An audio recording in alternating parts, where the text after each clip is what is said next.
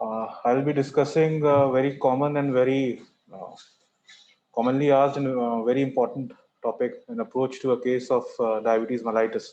I'll be dealing with the pre-operative assessment part, and the intraoperative part would be dealt with Professor Uma ma'am.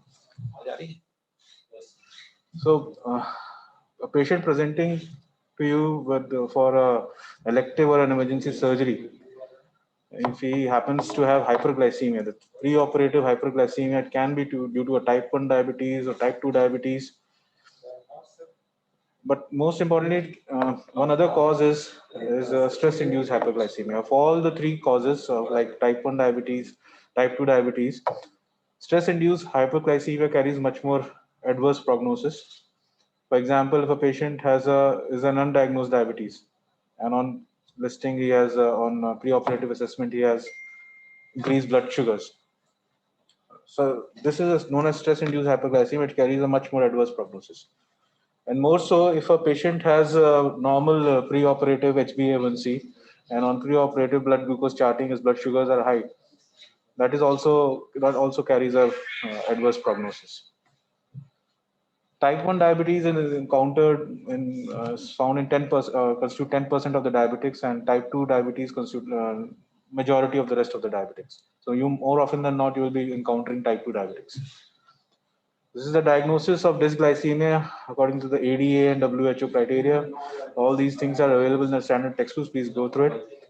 Nothing much new about it, but please go through it. It's important.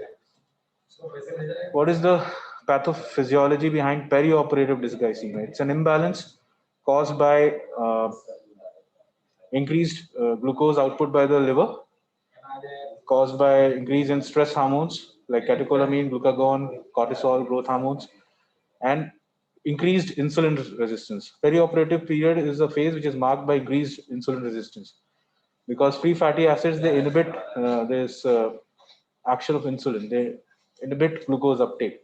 So this results in a relative insulin resistance. So this imbalance results in hyperglycemia and is associated with, most importantly, with free radical generation, superoxide generation, and endothelial, which this endothelial dysfunction and superoxide generation are primarily responsible for all the macrovascular and microvascular complications associated with diabetes. It's not only the hyperglycemia which causes the problem, it's the glycemic variability. Hyperglycemia as well as hypoglycemia are responsible for endothelial dysfunction and damage, and responsible for microvascular and macrovascular complications. So why patients with diabetes have higher perioperative morbidity and mortality rates? First, they are associated with multiple comorbidities. Second, surgical site infections, hyperglycemia and hypoglycemia, which more often than not are iatrogenic. Then diabetic ketoacidosis. It can be even hospital acquired also. Insulin misprescription and maladministration, very commonly found in hospital setups. IV insulin infusions and complex polypharmacies. So whenever a diabetic patient is listed for an elective or an emergency surgery and presents to you for a pre-anesthetic evaluation, a thorough and a focused pre-operative assessment is required. Few pertinent questions which needs to be questioned are these. First is you should know type of diabetes mellitus, which is very important. Secondly, it's the duration for which they have been having this ailment. But please mark that there is a difference between detection and actual onset of the disease. On which medications this particular patient is, whether he's on OHA or he or she is on insulin. What is the adequacy? How is the adequacy of what is the adequacy of glycemic control? You have to look at the HbA1c and blood sugar chartings. You don't have to ask for a repeat HbA1c if it has been done in the last 3 months. You have to look for the presence or absence of whatever of microvascular and macrovascular complications and their current status, whether it is compensated or decompensated. And you also have to look whether the patient has other comorbid conditions like hypertension or any other comorbid conditions like asthma and all. So you have to see that whether apart from diabetes, whether they are in control state or not. And also you also inquire about any previous hospitalization because of diabetes like DKA or non-ketotic hyperosmolar coma. You have to also ask these pertinent questions. And most commonly is asked this during airway evaluation is this prayer sign and palm print test, because Diabetes and long duration diabetes, particularly associated with glycosylation of proteins, it can result in fixation of these atlantoaxial joints and all. So by doing this prayer sign and palm print test, you can assess whether neck mobility is there, and whether it will hamper intubation during the induction time. And more so, since hyperglycemia and particularly uncontrolled diabetes, it is associated with the glycosylation of proteins. It's a frozen shoulder and frozen knees. They are common ailments. So you have to ask the patient about the range of movements of the shoulders and knees and other joints. So because it is important for during positioning of the patient. These are the major complications of diabetes: the macrovascular and microvascular. All of you must be knowing about this. Of all the complications of diabetes, the two which are of most important for an anesthetist, most of our perioperative phase, is diabetic nephropathy and neuropathy. Neuropathy can be peripheral neuropathy and autonomic neuropathy. Peripheral neuropathy has patient will complain of tingling, numbness, paresthesia. Please ask about the medications which he or she is taking. And it has importance for positioning implications during operative procedures. And second one is the autonomic neuropathy. So two important complications of diabetes which need to be looked into are neuropathy and nephropathy. Please do focus on this during preoperative evaluation. So what are the basic preoperative investigations?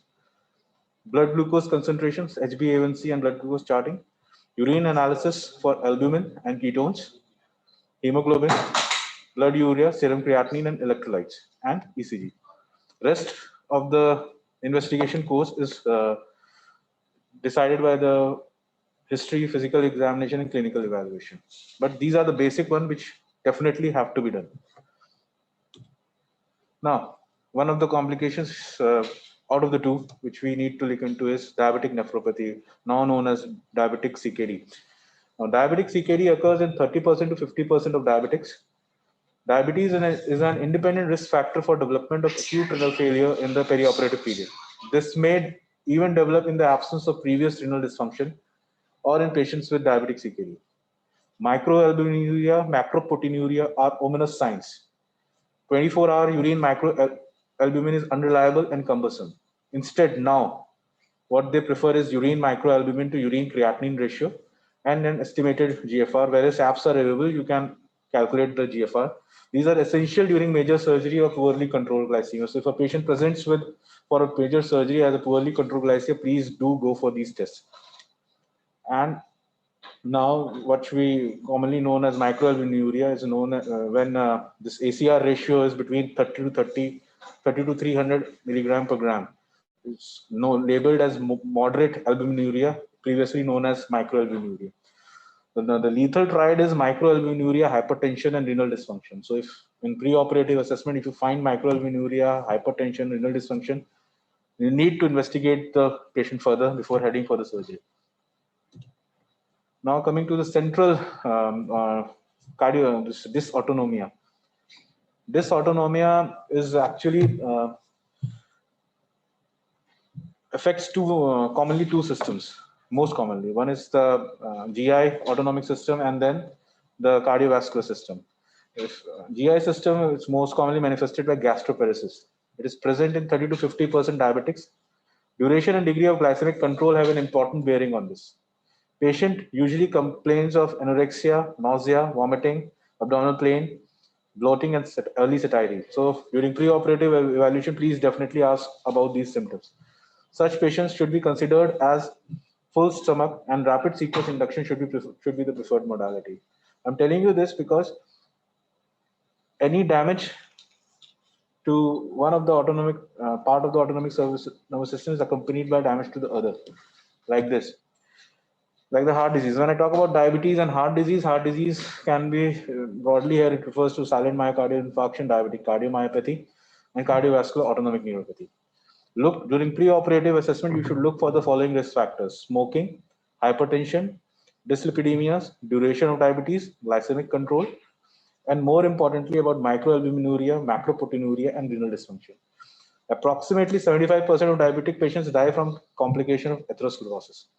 Silent myocardial ischemia can be found in 30 to 50% of asymptomatic diabetics. Risk of congestive failure is 2 to 3-fold higher in diabetic patients. And mortality after an episode of CHA is 10 times higher in diabetic patients. Prevalence of cardiovascular autonomic neuropathy increases with the duration of diabetes and if glycemic disequilibrium is long lasting. Most commonly, it is manifested by baroreflex dysfunction and disturbed heart rate variability.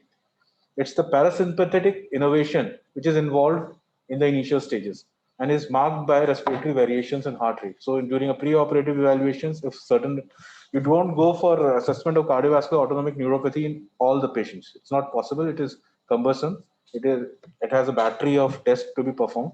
But definitely, if risk factors, as mentioned in the previous slides, are present, please do assess the patient. And most earliest test is, which can be done, is respiratory variations in heart rate. Patients, because of cardiovascular autonomic neuropathy, they get symptomatic only in the advanced stages. These are marked by resting tachycardia, orthostatic hypotension, postprandial hypotension, and recurrent hypoglycemia. So please do ask about these symptoms.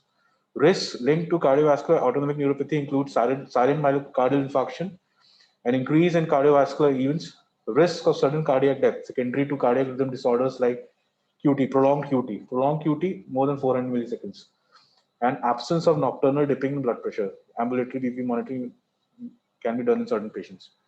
And these events are associated with adverse perioperative hemodynamic conditions, and they require intense perioperative monitoring, extending into the postoperative course also. This is the Ewing and Clark criteria for testing this cardiovascular autonomic neuropathy. 3 tests are linked with the parasympathetic nervous system, which involve the heart rate variation to Valsalva maneuver, standing, and deep breathing. And 2 are blood pressure responses to standing and sustained hand grip. Please go through them. They can be asked in Viva or in your exams. How will you assess the adequacy of blood sugar control, and when you will define whether the blood sugar control is adequate or whether it is inadequate, and whether you should postpone a surgery, most when elective surgery. The Joint British Diabetes Society guideline, they advocate postponement of elective surgery if HbA1c is more than 8.5. While the SAMBA guideline, they advocate postponement of elective surgery if HbA1c is less than 7%. At first sight, might appear that there is why there is so much variation, but you should look into the society which is giving this guideline. SAMBA is for Society for Ambulatory Anesthesia. They are for ambulatory procedures. So they recommend much more tighter sugar glycemic control so that the patient can be discharged on the same day. So they have stuck to HbA1c more than 7%.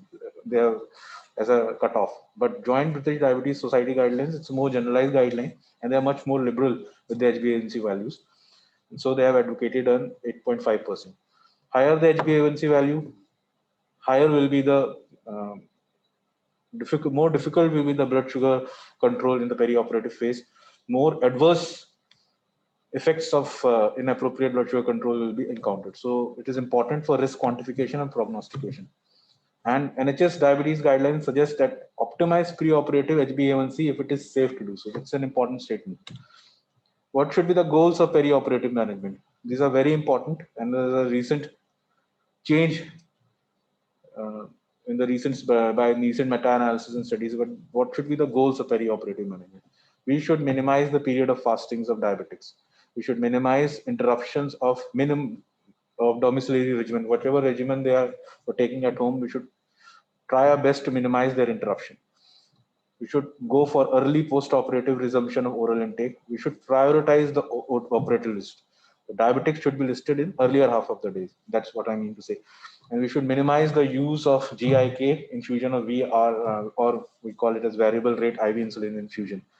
Because if you are prolonging the period of fasting, that is, if it's going for more than 6 to 8 hours, you'll have to give a glucose substrate or an insulin substrate to a diabetic. So that would, if you are prolonging the fasting, you have to use IV infusions, IV insulin infusion, which naturally are associated with adverse events like hypernatremia, hyponatremia, hypoglycemia, even hypoglycemic coma or death have been reported to them.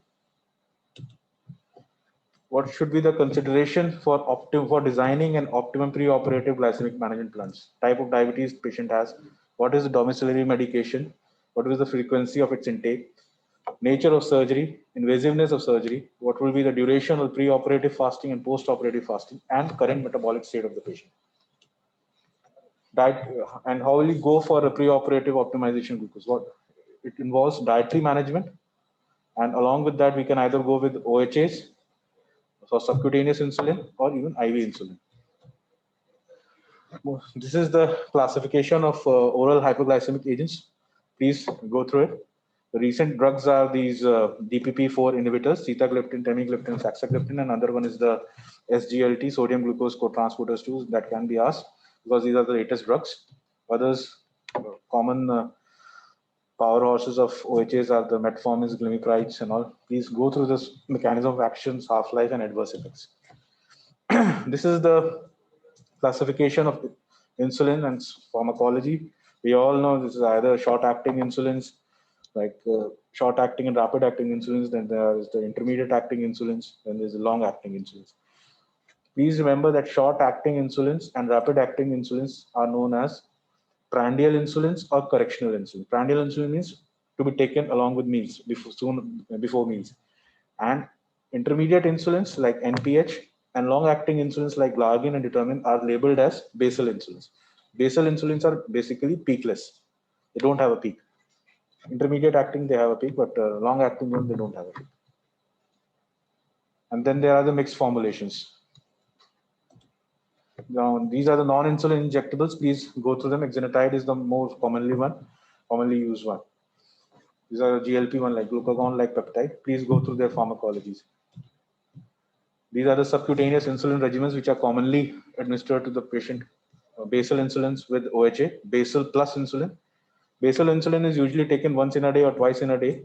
And along with this, correctional insulin, if blood sugars goes out of on a reading above 180, then you give a correctional dose of insulin.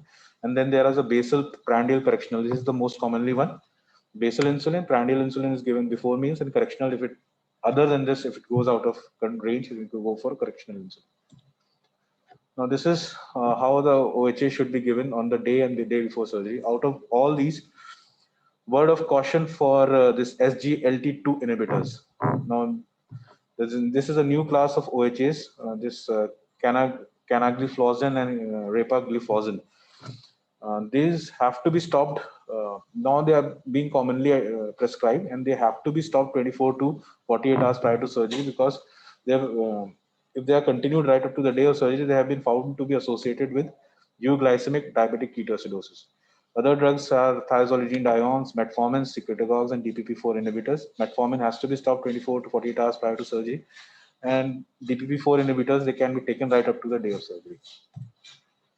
This is the insulin prescription on the day before surgery. So, as far as insulin glargine is concerned, it can now on the night before, 80% of the usual dose can be administered, and other than that, this intermediate acting insulin, 80% of the usual dose, and Lispro short-acting insulins, they have to be taken in the usual dose. And this is the insulin prescription on the day of surgery. On the day of surgery, glargine, 80% of the usual dose has to be given. Intermediate acting insulin, 50% of the usual dose if blood glucose, fasting blood glucose is more than 120. And short acting has to be stopped. Thank you.